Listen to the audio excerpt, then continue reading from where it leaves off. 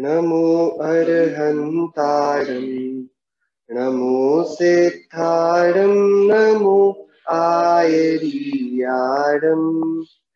नमो उवच्छायारं नमो लोय सबसाहूरम्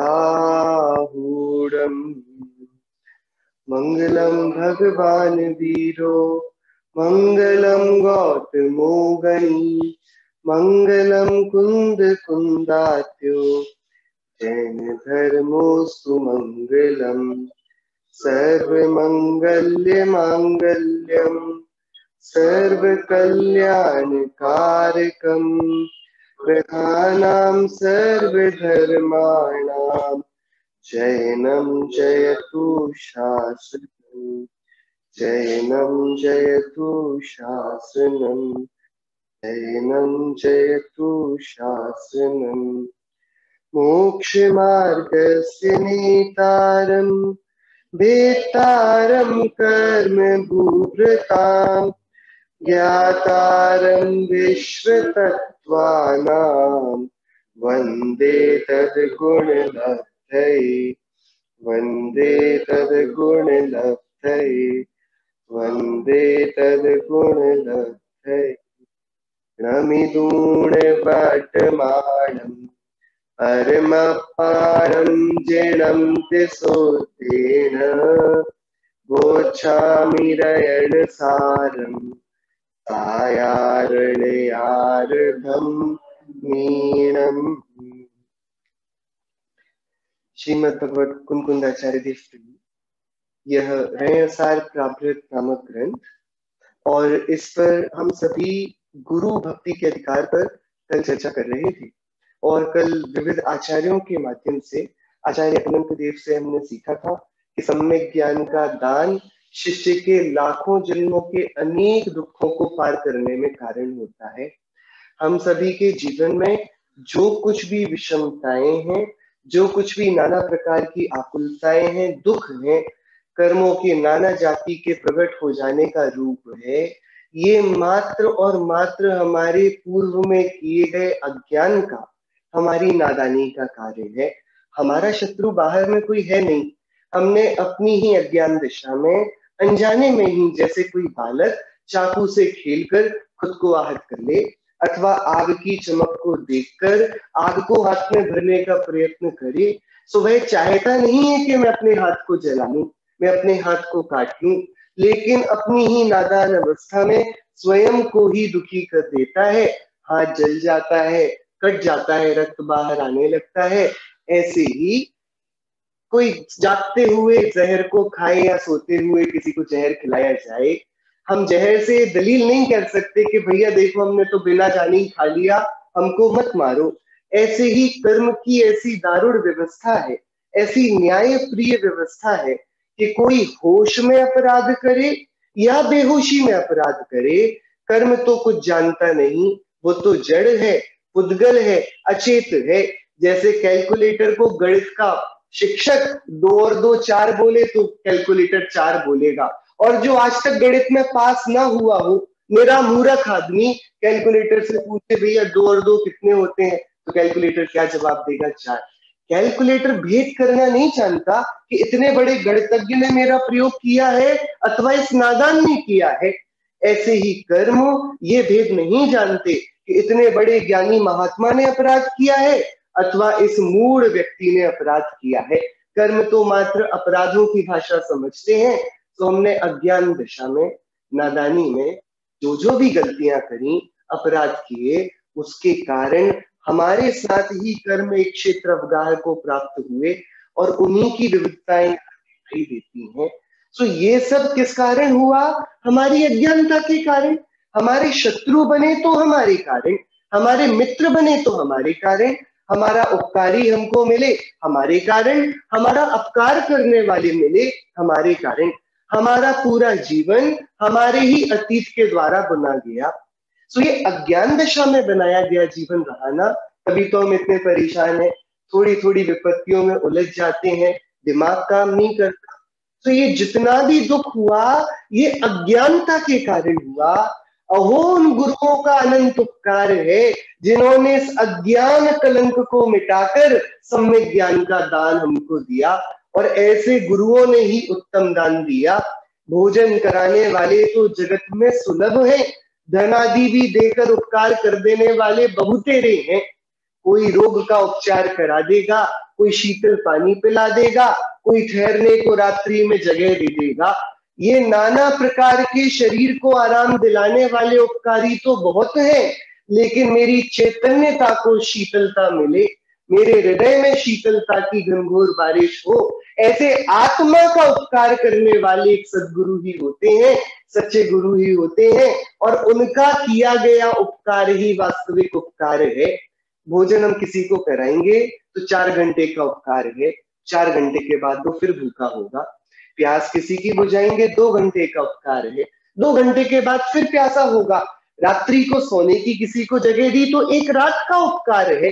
किसी के रोग का उपचार किया तो अब कुछ दिनों की बात है, फिर कुछ पेट दुखेगा, फिर घुटनों में दर्द उठेगा, फिर और किसी जाति का रोग शरीर में निकल कर आएगा, क्योंकि रोगों की बनाने की फैक्ट्री को ही तो शरीर कहते हैं। रोम रोम में रोगों की विविधताएं इसमें पनप सकती हैं, ऐसी शक्ति शरीर में है।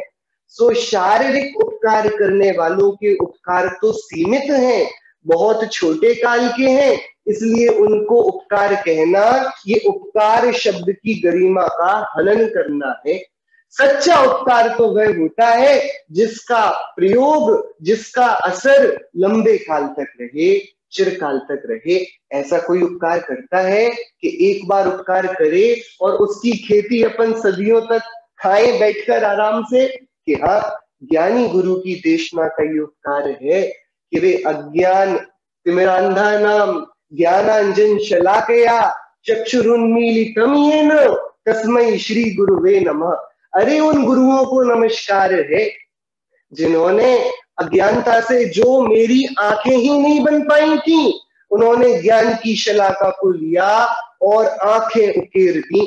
अब मुझे दिखाई देता है और अब मैं समझ पाता हूं कि अब अपने सुखद भविष्य का निर्माण करना कितना आसान है, कितना सहज है और अपने ही हाथ की बात है। क्या करना है? बस जानने देखने वाली वस्तु हूं, चैतन्यता मेरा धर्म है, तो चैतन्यता रूप अनुचरना है। जब चैतन्यता पर जोर रहेगा तो अब हिंसा मेरा धर्म नहीं बचेगा, क्रोध मान माया बहुत पीछे छूट जाएंगे, और जब चैतन्यता का ही परिवार है तो लोभ लालच परिग्रह वस्तुओं के भंडार का मुझे क्या लेना देना। सो एक चैतन्यता रूप धर्म के पालन में जगत की सारी अच्छाइयां समाहित हैं। ये चैतन्यता का धर्म जो बतावे वे सदगुरु है, और उन्हीं का एकमात्र उत्तम उत्तम उपकार है।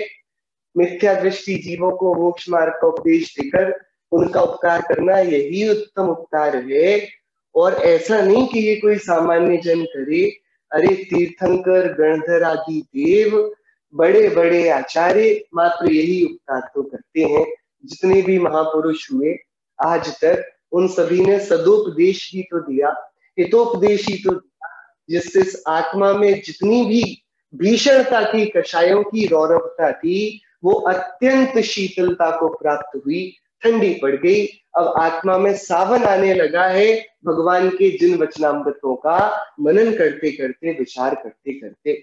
सो हमने विद्यानंद आचार्य से भी ये वाली बात सीखी थी कि अरे हम तो सज्जन है ना, और सज्जनों की तो ये रीति है, नहीं कृतम उपकारम साधवो विस्मरंती। अरे सज्जन साधु लोग वो होते हैं जो अपने उपकारी का उपकार स्वप्न में भी ना भुलाएं।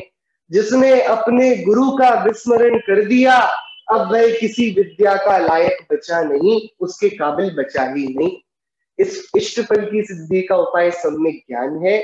सम्यक ज्ञान सम्यक शास्त्र से मिलता है। शास्त्र की उत्पत्ति तीर्थंकर गणधर आदि आप्त पुरुषों से होती है, और इसलिए उन तीर्थंकर के प्रसाद के कारण आप्त पुरुष बुद्ध जनों द्वारा पूजने योग्य हैं, क्योंकि किए हुए उपकार को साधु पुरुष भूलते नहीं है। देखो, अपन गुरुओं की महिमा सिर्फ इतने से समझ सकते हैं कि लोक में भी बच्चा जन्म लेता है, थोड़ा बड़ा होता है, और माता पिता खींच जोर जबरदस्ती करके उसको गुरुओं के पास भेज देते हैं। भले ही वे लोक गुरु हैं, वे गणित का पाठ पढ़ाएंगे, काका गागा ABCD पढ़ाएंगे, दुनिया की बातें सिखाएंगे, लेकिन फिर भी जीवन की शुरुआत का पहला चरण ही गुरु की छाया में प्रकट होता है। सो लौकिक शिक्षा को देने वाले गुरु तो एक भव का उपकार करने वाले हैं। बताओ, बिना शब्द ज्ञान के, बिना अंक ज्ञान के हम अपने बच्चों को देखना चाहेंगे? हम में से कौन देखना चाहेगा? सो क्यों कि अरे वह शब्द ज्ञान और अंक ज्ञान उनको लायक बनाता है, काबिल बनाता है। सो भाई, उन गुरुओं की महिमा है ना, जिन्होंने हमारे बच्चों को पढ़ा लिखा कर इंटेलिजेंट बना दिया, काबिल बना दिया, सुयोग्य बना दिया। तो अरे ये वाले गुरु तो एक भव की व्यवस्था कर पाएंगे, बच्चे को ऊंचे दर्जे का जज बना देंगे, MBA बना देंगे, बड़ी कंपनी को चलाने लगेगा, या इसको लॉयर बना देंगे, ना डॉक्टर बना देंगे, CA बना देंगे। क्या बनाएंगे? यही तो बनाएंगे। कितनी लंबी जिंदगी है, 70 साल, 80 साल, 90 साल। उसके बाद क्या? उसके बाद तो मरण है। और ये वाली बात तो हमने बहुत ठोक पीट कर निर्णय कर ली है कि मरण के बाद यदि जीवन नहीं होगा तो सत्य, अहिंसा आदि मूल्यों का कोई मूल्य नहीं रह जाता। हम फिर किसको अधर्म कहेंगे, किसको धर्म कहेंगे? यदि मरण के पश्चात आत्मा मर जाता हो तो धर्म की सारी बातों को थोथा बता देना चाहिए, और सारे मंदिरों पर, मस्जिदों पर, नाना प्रकार की जितनी भी धर्म के स्थान हैं उन पर ताला लगा देना चाहिए। हम यही तो मानते हैं ना कि मरण के बाद कुछ ऐसा होगा जो हमको मिलेगा अथवा हमको खोना होगा। तो जो मिलेगा या खोना होगा उसके लिए हमें तो रहना होगा ना।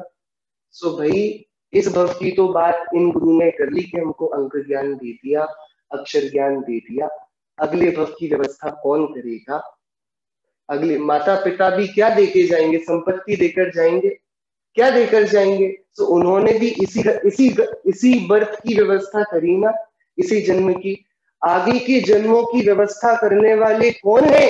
कि वे सदगुरु हैं, जो आत्मा का और शरीर का भेद ज्ञान बताते हैं, जो हम सभी को चिर हमारी वियोगिनी मुक्ति सुंदरी उससे परिणय का प्रसंग वे बनाते हैं।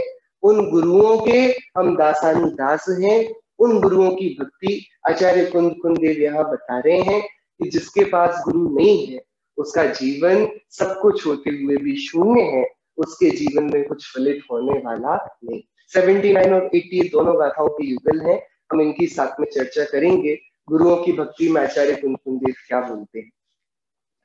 रज्जम पहाड़ हीरम अधिहीरम देश गामरठ बलम गुरु भक्तिहीन शिष्टा उत्थानम रसदे सवम सम्मत विणारुई भक्ति विणादानम दया विणा धम्मम गुरु भक्ति विणा तब गुण चारितम निफलम जानो। आचार्य कुंद कुंदेव की लेखनी की यही दिव्यता है, यही चमत्कार है और यही उसकी शक्ति है कि वे एक ही गाथा में पूरी लोक नीतियां भी देते हैं और केवली के बताए गए मार्ग के चारों अंगों का भी स्पर्श कराते हैं। फिर उसमें सिद्धांत की भी चर्चा करते हैं, आचरण की भी चर्चा करते हैं, और अध्यात्म के शिखर पर तो वे स्वयं बैठे ही हुए हैं। देखिए क्या बोल रहे हैं आचार्य देव। लोक नीति से बात शुरू करेंगे कि रज्जम पहाड़हीनम, पहाड़ यानी प्रजा, हीन, प्रजाहीन है। किससे? प्रजा, सॉरी, पहाड़ यानी प्रधान, प्रधान से हीन। रज्जम, राज्य, ऐसा राज्य जिसका राजा नहीं है, जिसका कोई प्रधान नहीं है, मालिक नहीं है। और ऐसे ही पदिहीन यानी स्वामी से हीन। देश गाम रठ बलम, देश, गांव, राष्ट्र और सेना। सेना का सेनापति ना हो, गांव के पंच ना हो, राष्ट्र के नेता ना हो, इस प्रकार से नायक, नेता मतलब नायक, राजा बराबर। ये जैसे कोई राज्य उसके प्रधान ना हो, अथवा गांव के, देश के, राष्ट्र के और सेना के भी पति ना हो, स्वामी ना हो, तो क्या होता है कि यही होता है। शतरंज में हमने देखा है ना, पूरा का पूरा घोड़ा भी नहीं मरा, हाथी भी नहीं मरा, प्यादे भी खड़े हैं, बस बादशाह को चेकमेट मिल गई है। तो अब गेम में क्या बचा कि शतरंज का गेम तो चला गया, एक बार वजीर भी चला गया, लेकिन यदि राजा जिंदा है तो पूरी भैया महफिल जमी हुई है, खेल चलता रहेगा। जो राजा चला गया तो राजा के बिना कौन बचा कौन नहीं बचा इसके मायने नहीं रह जाते। और हम देखें थोड़ी सी ऊपर का जो हमारा नेतृत्व है वो ढीला पड़ता है, कैसे चोरी डकैती भ्रष्टाचार ये सब कुछ बढ़ने लगता है, अन्याय अनीतियां समाज में होने लगती हैं।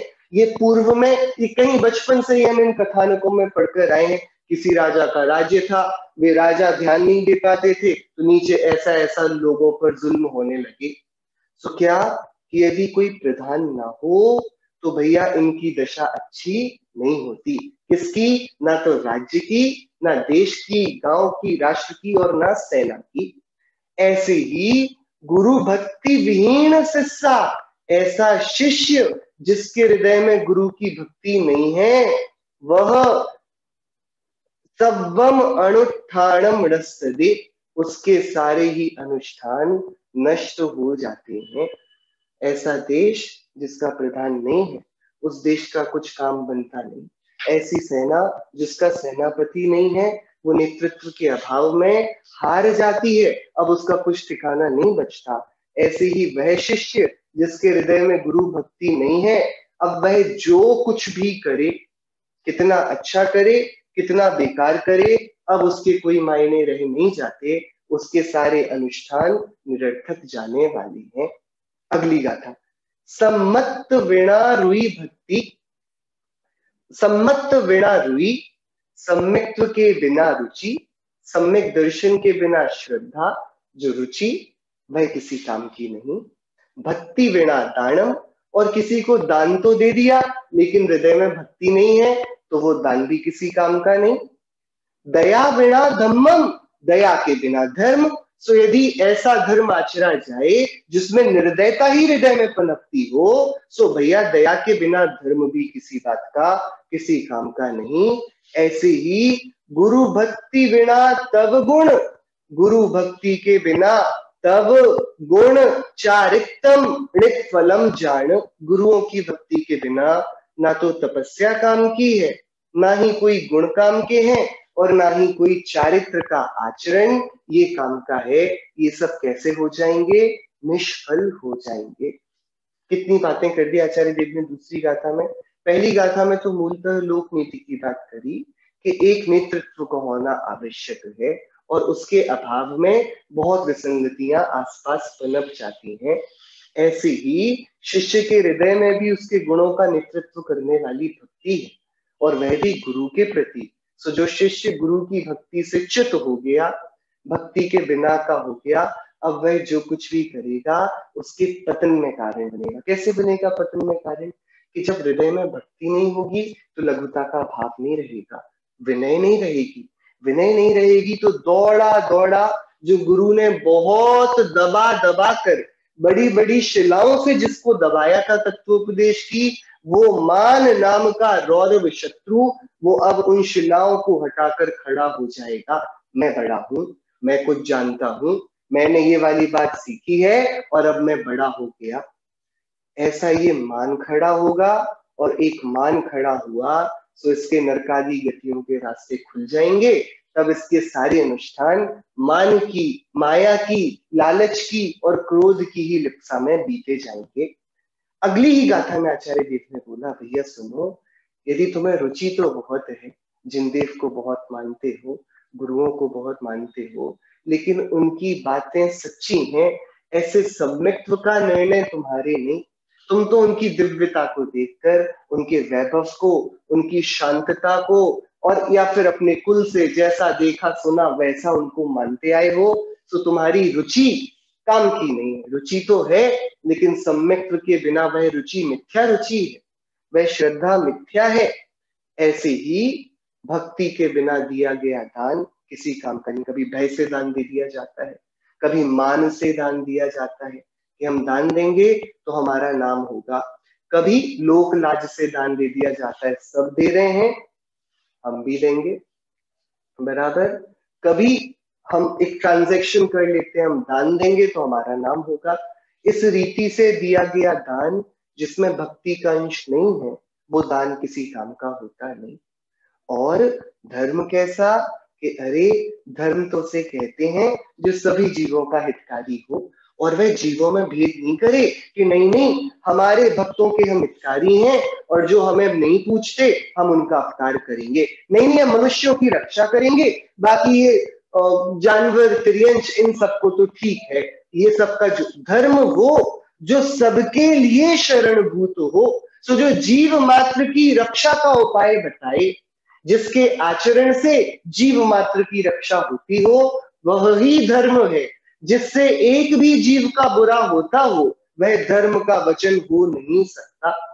ये बहुत बड़े विवाद की बातें हैं जो पूरी भारतीय जितने भी दर्शन है उनमें हर दर्शन पर यह प्रश्न उठाया गया, क्या धर्म के लिए हिंसा योग्य है? धर्म की प्रभावना के लिए तो हिंसा करी जा सकती है ना, ठीक है, ये तो सही चलेगा ना। यदि हम चाहें कि इस राष्ट्र में बारिश हो जाए, सूखा पड़ गया था पिछले साल, और यदि कोई आकर हमसे बोलता है कि इसकी बलि चढ़ा दो, तो भाई देखो एक व्यक्ति के जाने से इतने सारे किसानों का और हम सभी को अन्न मिलता हो तो क्या बुरा है?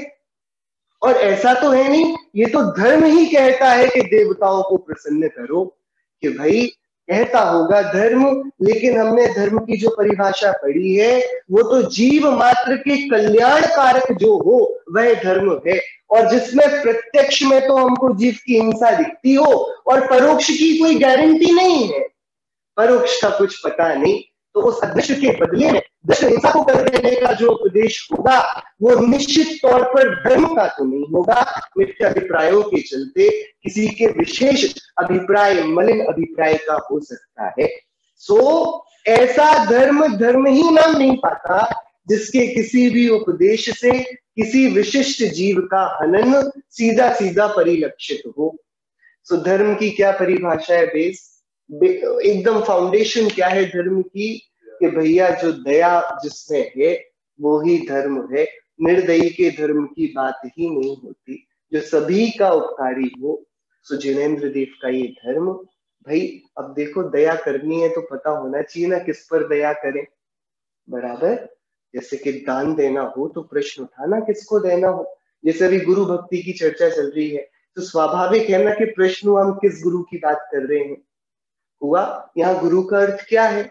गुरु का अर्थ है जो मोक्ष मार्ग का उपदेश है, जिनसे वीतरागता की अभिवृद्धि हो, जिनसे हमारे आत्मीय दोषों का हनन हो, जो धन वैभव संपदा आदि बताएं, जो नाना प्रकार के यतन जतन से ये बताएं कि व्यापार दौड़ उठेगा, तुम्हारा रिश्ता अच्छा हो जाएगा, तुम्हारा ये जो धंधा रुका हुआ है कर्जा रुका हुआ ये हो जाएगा, तुम विदेशों की सैर करोगे बहुत नाम होगा। ये वाले उपाय बताने वाले जितने भी धर्म के नेता बनते हैं ना, वे यहाँ गुरु के नाम नहीं कहलाते, वे तो ठग हैं। वे ये वाला तथ्य तो बहुत पीछे छोड़ देते हैं कि अरे ये वाला जीवन कितना है जिसमें तुम नाम बनाना चाहते हो, ये जीवन कितना है, जग में जीवन थोड़ा रे जाग अज्ञानी, जग में जीवन थोड़ा, कितना है जीना हमको?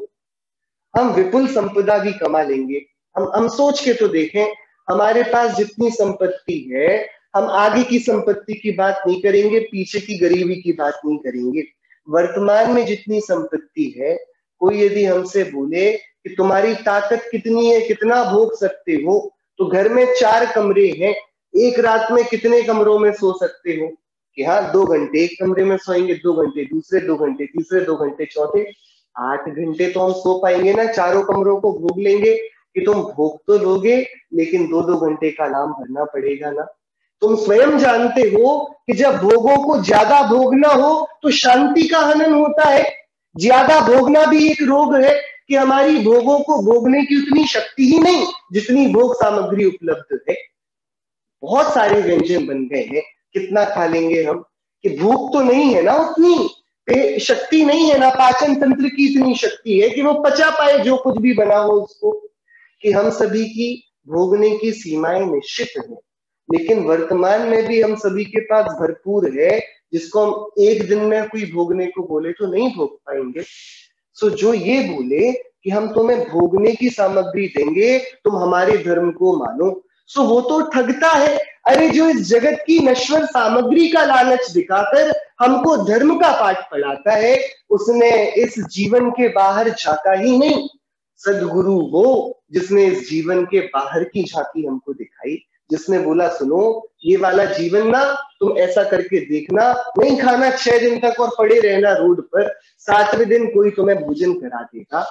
इस जीवन का जुगाड़ तो तुम्हारे आजू बाजू के अड़ोसी पड़ोसी ठिकाने लगा देंगे, ये जीवन तो निकल जाएगा जैसे तैसा। तुम ये बताओ ऐसे और कितने जीवन जीने को तैयार हो? क्या तुम्हें डर नहीं लगा इस जीवन की भयंकरता से? क्या तुम्हारी आत्मा कांपती नहीं? दोबारा माता के पेट में 9 महीने उल्टा लटकना पड़ेगा। क्या होगा जब मेरा जन्म होगा, माता की कोख से निकलूंगा, तो मैं तो रोता रहूंगा और सब तालियां पीट रहे होंगे। हंसी ये कबीरदास जी का दोहा है। क्या बोलते हैं वो कि जब मैं इस दुनिया में आया तब गजब की एक घटना हुई। मैं आया तो मैं तो बहुत तेज रोता था और मुझे देखने वाले सब बहुत तेज हंसते थे। मैंने ऐसी हंसी एक बार करा ली है, अब दोबारा मेरे रोने पे किसी को हंसने नहीं दूंगा। क्या हम अब ऐसी बात सीखेंगे जिसमें हम जन्म दोबारा ना ले? ये जन्म अत्यंत दयनीय है। वो तो क्या है, कोई बहुत देर तक गर्मी में रहे या नाले में काम करता हो, तो जैसे पहले घंटे में नाले की बदबू आती थी या घुटन होती थी गर्मी में, दूसरे घंटे में वो सहज हो जाता है। ऐसे हम दुखों की इतनी भीषणता में रच पच गए हैं कि हमें ये सामान्य लगता है। नहीं, इनके सामने आत्मा का स्वभाव बहुत शीतल है और ये कषायों की भट्टी बहुत भयंकर है। हम भूल गए हैं अपनी शांति को, इसलिए इतने कोलाहल में भी। अब जिसका घर रेलवे स्टेशन के, रेलवे नहीं लोकल के, मुंबई की लोकल के एकदम किनारे पर हो, हर 1 मिनट में एक गाड़ी निकलनी है, तो भाई आप उसके घर थोड़ी देर बैठो तो आप उससे पूछ बैठे हो भैया रात को सोते कैसे हो, और सबका एक ही उत्तर आता है भैया आदत पड़ गई। अब वह कोलाहल कोलाहल नहीं लगता। अब तो यदि कभी बाहर जाना पड़े और वो हल्ला ना हो तो नींद नहीं आती, वो लोरी बन गई है। जो पहले कोलाहल हुआ करता था अब वो एक लोरी बन गई है।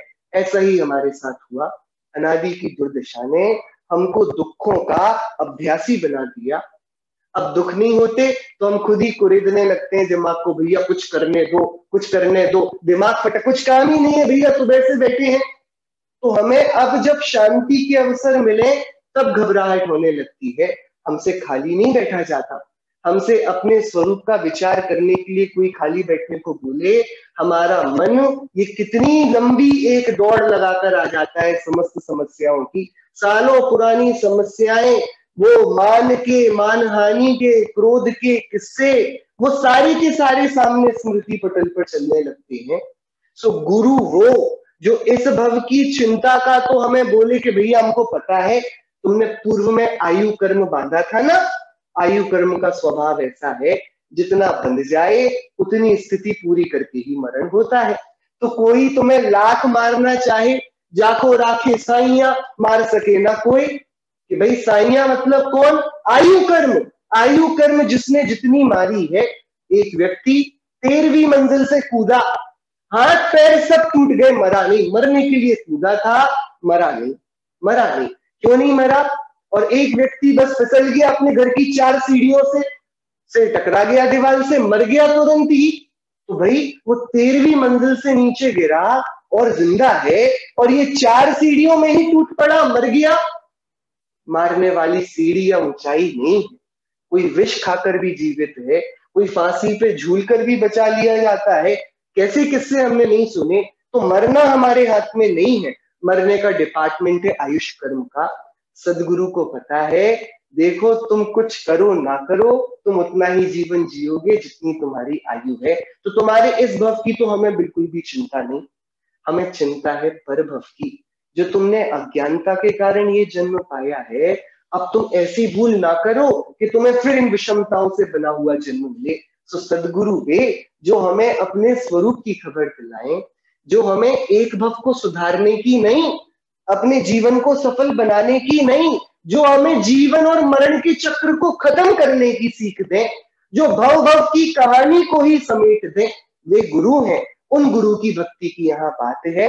बाकी लोक विनय में समस्त कोई भी यदि हमारा उपकारी है तो साधुओं की तो ये वृत्ति है, नहीं कृतम उपकारम साधवो विस्मरन्ति। लोक में भी किसी ने कठिन समय पर हमारी यदि मदद करी हो, सहायता करी हो, हमको भैया देखो क्या किया, कौन है अंजन चोर, कैसा है 7 व्यसनों में पारंगत, क्या करने गया, रानी के महल में हार चुराने गया, वेश्यागमन करता है। आपको लगता है इस जीव के अंदर कोई भी पात्रता है? कि प्राय प्रथम दृष्टिया देखने पर तो लगता ही नहीं कि इसके जीव के जीवन में कोई पात्रता होगी, लेकिन जैसे ही इसको आकाश कामनी रिद्धि प्रकट हुई ना, वो अशुद्ध मंत्र पड़ा जो भी और छींके काट दिए और आसमान में उड़ने लगा, तब देखो तब समझ में आया इसकी पात्रता क्या है।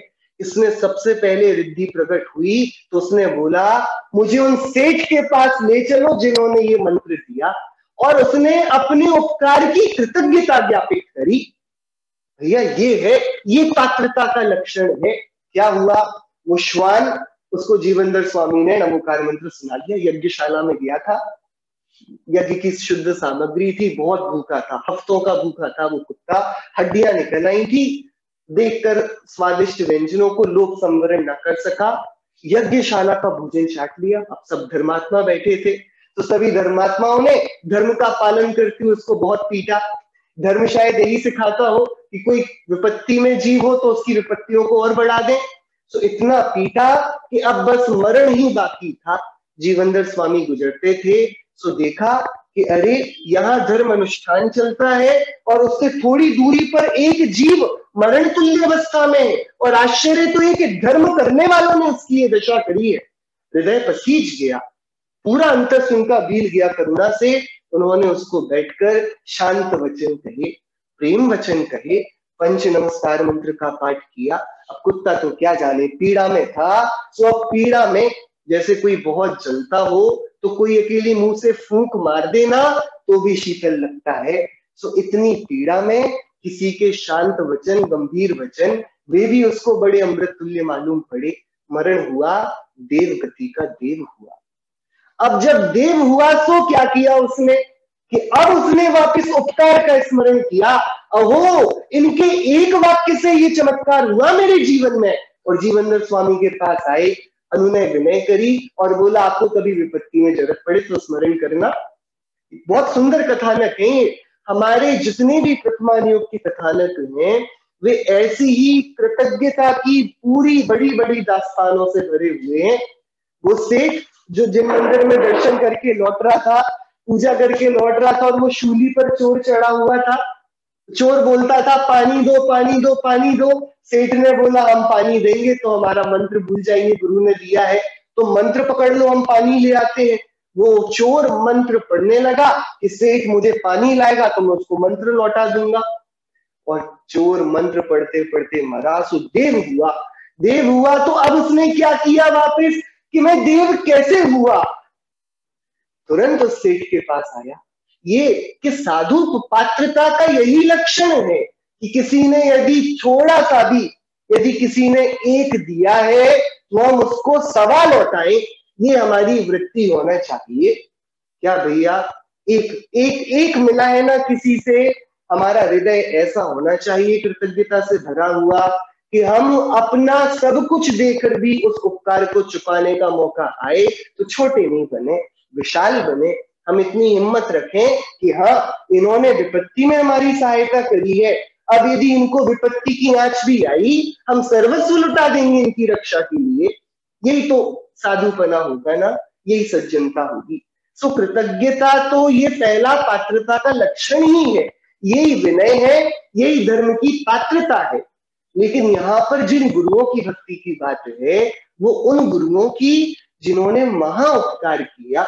सो वे कौन है कि पहले तो वे महागुरु अरिहंत आप देव है तीर्थंकर परमात्मा, फिर उन्हीं से चले आए गणधर आचार्य उपाध्याय साधु परमेष्ठी हैं जो साक्षात जीवन मूर्ति है मोक्ष मार्ग की। वे मोक्ष मार्ग की मूर्तियां हैं, साक्षात चलते हुए सिद्ध हैं, सो वे परम गुरु हैं, अथवा उनके वचनों को धारण करके जिन श्रावकों ने, जिन ज्ञानी पंडितों ने हम सभी को हमारी भाषा में आचार्यों की महागंभीर बातों को, सिद्धांतों को सरल करके समझाया है, वे हमारे विद्वान, वे हमारे ज्ञानी धर्मात्मा बड़े बड़े आशाधर पंडित जी के सागार धर्मामृत अलंकार, देखिए क्या लिखा पंडित आशाधर जी ने सागार धर्मामृत में लिखा, कल्याण के इच्छुक शिष्यों को ये आशाधर जी गृहस्थ थे और पंडितों के पंडित, अपन का भाव भी इन्होंने एक अध्यात्म रहस्य करके गजब की उत्कृष्ट अध्यात्म की रक्षा करी, जिसमें आत्मा के ही गीत गाए। यदि कभी अपन को समय रहा तो अपन उस पर चर्चा करेंगे। अध्यात्म रहस्य करके बहुत उच्च कोटि की उनकी आध्यात्मिक रचना है। उन्होंने चरणान योग आचार्य ग्रंथों में दो बड़े बड़े ग्रंथ लिखे, मोटे मोटे, एक सागार धर्मामृत जिसमें श्रावक के धर्म का क्या स्वरूप है उसका वर्णन किया, और एक अनगार धर्मामृत की कोई साधु बने, श्रमणत्व अंगीकार करे, वैराग्य को धारण कर गृह त्याग कर दे, तो उसकी क्या आचार शैली होती है, जैन आचार संहिताओं में उसका उन्होंने वर्णन किया। सो वे क्या लिखते हैं गुरु भक्ति के बारे में, कल्याण के इच्छुक शिष्यों को प्रतिदिन हमेशा ही गुरुओं की उपासना, सेवा भक्ति करनी चाहिए। दूसरे प्रकार का आवश्यक है, देव पूजा गुरु पास्ति स्वाध्याय संयम तप दानम चेति गृहस्थानाम षट्कर्माणि दिने दिने। देवों की पूजा, हमारे वीतरागी देव हैं, उनकी आराधना, और दूसरा क्या कि अरे गुरुओं की सेवा शुश्रूषा, गुरुओं की गुरु पास्ति, गुरुओं की उपासना। तो क्या करना है, जिनको अपने कल्याण की इच्छा है ऐसे शिष्यों को प्रतिदिन हमेशा ही गुरुओं की उपासना सेवा भक्ति करनी चाहिए, क्योंकि जिस प्रकार गरुड़ पक्षी जिसके पास है उसके पास सर्प नहीं आते, जिसके पास गरुड़ पक्षी हो उसके पास सर्प कैसे आएंगे, सर्प तो गरुड़ से बहुत दूर भागते हैं, उसे विषधर सर्प भी नहीं काट पाते। जिसके पास गरुड़ पक्षी हो ना तो उसके पास सर्प ही आते हैं, ना ही बड़े बड़े विषधर सर्प भी उसे काट पाते हैं। उसी प्रकार गुरु भक्ति रूप गरुड़ मणि जिसके हृदय में है, उनको धर्म अनुष्ठान में आने वाले विघ्न रूपी सर्प नहीं काट सकते। इसके विपरीत जो गुरु के साथ ऊपरी विनय भक्ति दिखाते हैं उनके समस्त अनुष्ठान नाश को प्राप्त होते हैं। सो यहाँ गुरुओं में जो मोक्ष मार्ग का हमें उत्साहित करे, मोक्ष मार्ग में प्रोत्साहित करे, हमको धक्का देके भैया देखो शरीर की सेवा करते करते जीवन बीत गया, क्या पाया हमने, परिवार को संभालते संभालते जीवन बीत गया, क्या पाया, सिर्फ और सिर्फ दुखों की वही कहानी पुनरावृत्ति को प्राप्त हुई। अब कुछ ऐसा करें, हम चैतन्य की सेवा करें, हम आत्मा की, हमने परिवार की सेवा करके देखी, हमने शरीर की सेवा करके देखी, हमने घर की, समाज की, सबकी सेवा करके देखी, हर जगह से प्रति उत्तर के रूप में दुख दुख, आकुलता, कष्ट, मोह ये ही मिलाना। अब श्री गुरु बोलते हैं एक बार चैतन्य की सेवा करके देखो, आत्मा हो तुम ये शरीर नहीं हो, तो अभी तक जिसका परिचय नहीं किया और जो तुम हमेशा रहे उस स्वरूप की सेवा करो। ऐसा जो बार बार आत्मा को जानो, तुम भगवान हो, तुम परमात्मा हो, अनंती तुम्हारी शक्तियां हैं, तुम चाहो तो तुम भी भगवान बन सकते हो।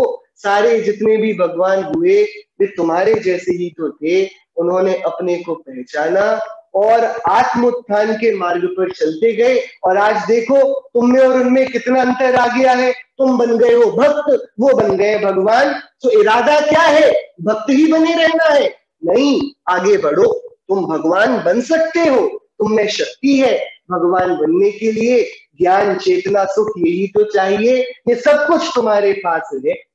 ऐसी जो बार बार घुट्टी पिलाए, ऐसी बार बार आत्मा को शीतलता देने वाली मृदु भवतापहारी वाणी बोले, वो गुरु यहाँ पर लेना है। जिससे आत्महित का एक अक्षर भी सीखा हो, वो यहाँ गुरु है। सो गुरुओं में तो तीन आते हैं, आचार्य, उपाध्याय, साधु, और उसके बाद जो जो भी मोक्ष मार्ग का उपदेश है वे सभी गुरुओं में है, जो कि सम्यक दृष्टि के उपदेश से सम्यक्वादी प्रकट होते हैं। ये आगम की विवेचना है। देशना जिसकी मिल जाए वो गुरु है, जो सन्मार्ग पर लगाए वो गुरु है, जो आत्मा के विकारों को हटाए वो गुरु है, जिसका भव भव में हम जिसकी वाणी को समझना चाहें, मानना चाहें, वे गुरु हैं। जिन्होंने राग की, क्रोध की, मान की, कषायों की किन्हीं कथाओं को बढ़ावा नहीं दिया, विकथाओं को एक तरफ जला दिया और आत्मा की ही लोरियों से जिन्होंने हमारे जीवन को संगीतमय कर दिया है, वे गुरु हैं। उन गुरुओं के उपकार को नहीं भूलना चाहिए। ज्ञानावरणी कर्म के जब सूत्र जी में, तत्वार्थ सूत्र ग्रंथ में आचार्य उमा स्वामी देव ने चर्चा करी कि भैया इसका तीव्र बंध आश्रव कैसे होता है, उसमें एक कारण है गुरु का नाम छिपाना। जो अपने गुरु का नाम छिपाए, मतलब बोले हमने तो खुद ही सीखा है, हम अपने आप ही समझ गए। अरे तुम्हारे अंदर इतनी ये वाली कठोरता आ कैसे गई? तुमने इतना भी साहस नहीं रहा कि अपनी लघुता को स्वीकार कर बोलो कि अरे वे हैं हमारे गुरु, सब कुछ उनका दिया हुआ है, हमको कुछ नहीं जानते थे, उन्होंने हमको बताया। ऐसे गुरुओं का हमेशा नाम पहले रखना। कभी कदापि ये ना निकले कि ये हमने खुद समझ लिया। हमारी शक्ति क्या है समझने की? जो गुरु ना बताते तो हम क्या समझते? ऐसा गुरुओं को जो आगे रख के बातें करे, चाहे वह लोक गुरु हो या धर्म गुरु हो, वो जीव की पात्रता है। उसमें जो सच्चा गुरुत्व पाते हैं वे जो धर्म की बात करते हैं। आत्मा धर्म मतलब भैया धर्म कोई वेश नहीं है। धर्म टीका लगाना, पूजन करना, कोई वेश पहन लेना, कड़े पहन लेना, अगरबत्तियां धूप जलाना, ये कोई धर्म नहीं है। 8 द्रव्यों की थाली सजाकर भगवान को दे देना, ये धर्म नहीं है, ये धार्मिक अनुष्ठान है।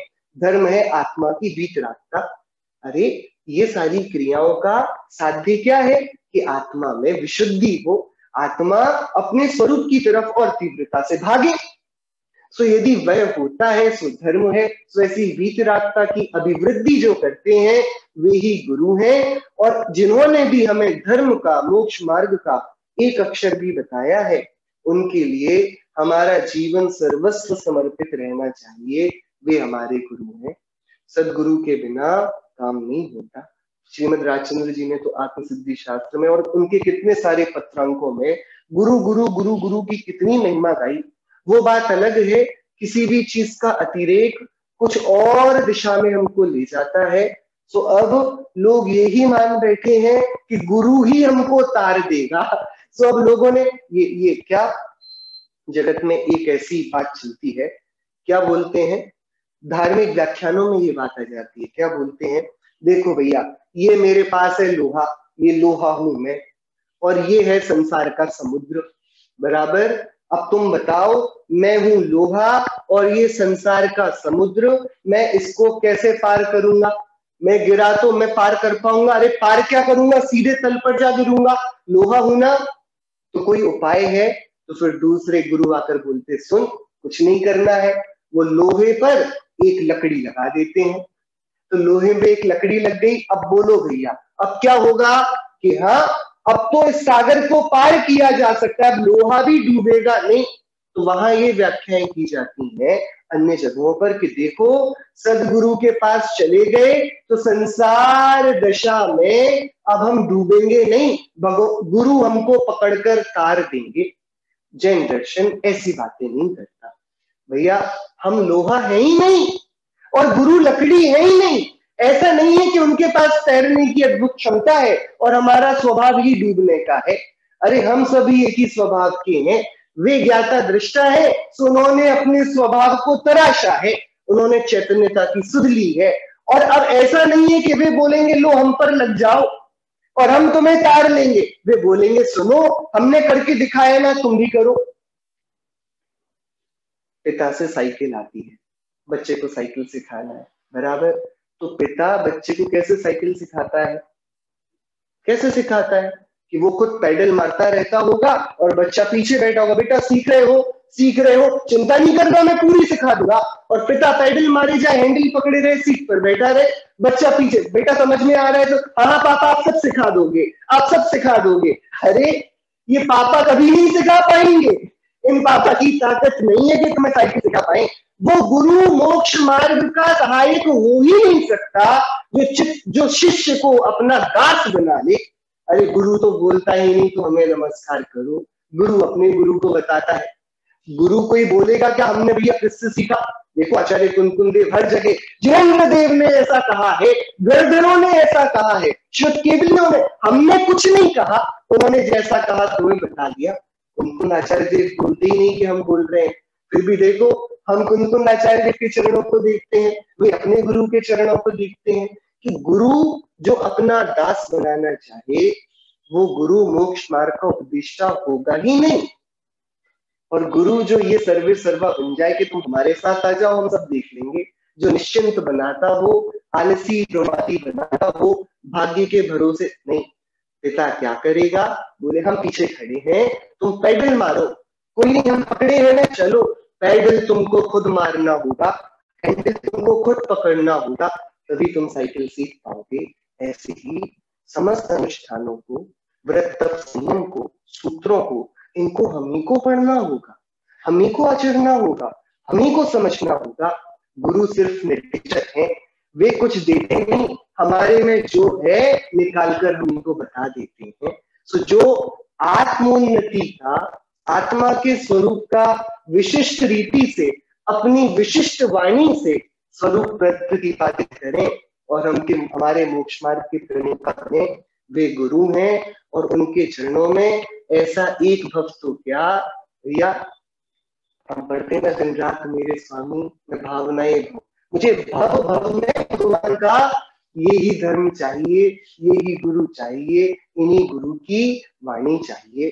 एक प्रश्न है, तो क्या गुरु देव से बड़े हैं? गुरु गोविंद दो खड़े ताकि लागू पाए, बलिहारी गुरु आपने गोविंद जी बताए। इस दोहे से प्रेरित एक प्रश्न लगता है, क्या गुरु बड़े हैं कि देव? कि भैया हमारे पास 5 परमेष्ठी हैं, ये सारे पांचों ये आत्मा की ही अवस्थाएं हैं। तो सबसे पहले तो सबसे बड़ा है स्वरूप आत्मा, और फिर बड़े हैं इस आत्मा को प्रसिद्ध कर देने वाले अरिहंत और सिद्ध। तो अरिहंत और सिद्ध उदाहरण है, वे मिसाल है कि मैं ऐसा हूं और मैं ऐसा बन सकता हूं। और अब इस मिसाल तक पहुंचने की पद्धति क्या है? सो वे आचार्य उपाध्याय साधु विधि बताते हैं। इनमें बड़े छोटे का कोई प्रश्न नहीं है। गुरुओं के पास अरिहंत और सिद्धों की भक्ति सीखने को मिलती है। तो गुरु वे हैं जो अरिहंत सिद्धों की महिमा बताएं। तो बड़े विराट तो अरिहंत सिद्ध ही हैं, और उनसे भी विराट अपना स्वरूप है जो अरिहंत सिद्धत्व को प्रकट होगा। लेकिन गुरुओं के बिना उन तक नहीं पहुंचा जाता, इसलिए पांचों ही परमेष्ठी परम पद में स्थित हैं, पांचों ही बड़े हैं। हम इनमें अंतर कैसे करें? तो ये वाला प्रश्न हमारे यहाँ नहीं बन पाता कि भैया देव से बड़े गुरु हैं क्या? कि हाँ, निश्चित ही गुरु का उपकार बहुत है, लेकिन गुरु ने ही तो ये बताया कि देवों के देव अरिहंत देव हैं। तो गुरुओं ने तो अरिहंत आदि की महत्ता ही बताई है ना। सो हाँ, गुरुओं के उपकार के बिना जीवन में आगे नहीं बढ़ा जाता। यही आचार्य देव कह रहे हैं, गुरु भक्ति के बिना कुछ भी किया जाए सब निष्फल है। हमारा जीवन गुरुओं की भक्ति से इतना भीगा हो कि उनका एक एक वचन हमारी सांसों की धुन बन जाए, और हम उनके विशुद्ध तत्व ज्ञान के अमृत से बहुत बहुत आत्मा को फिर संचेतना, फिर जीवन दे पाए, और वीतरागता का आभूषण अपने हृदय पर धारण करें। इसी मंगल भावना से जिनवाणी स्तुति। मिथ्यातम नाश विको ज्ञान के प्रकाश विको, आपा पर भास विको भानु सी बखानी है। क्षमो द्रव्य जान विको बंद विधि भान विको, स्वपर पिछान विको परम प्रमाणी है। अनुभव बताए विको जीव के चकाए विको, काबू न सताए विको अव्य उरानी है। जहाँ तहाँ तार विको पार के उतार विको, सुख विस्तार विको यही जिन वाणी है। तेजन वाणी भारती तोय जपो दिल रैन। जो तेरी शरणा गए सो पावे सुख चैन। जा वाणी के ज्ञान से सूझे लोकालो सो वाणी मस्तक लो सदा देत हूँ तुम।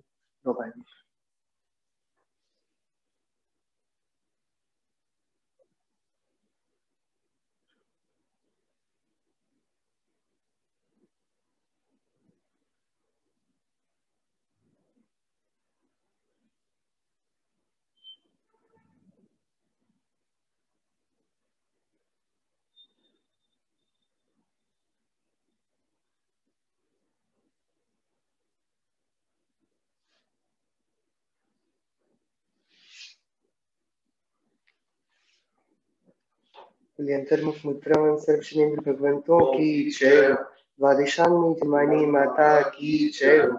समझ वितरागी भावनिकी महामुनि राजों की जय हो। अहिंसा में जैन धर्म की जय हो। शासन तीर्थंकर महावीर स्वामी की जय हो। श्रीमद भगवत कुमकुंदाचार्य देव की जय हो। श्री रेणसार ग्रंथ की जय हो। जय जय।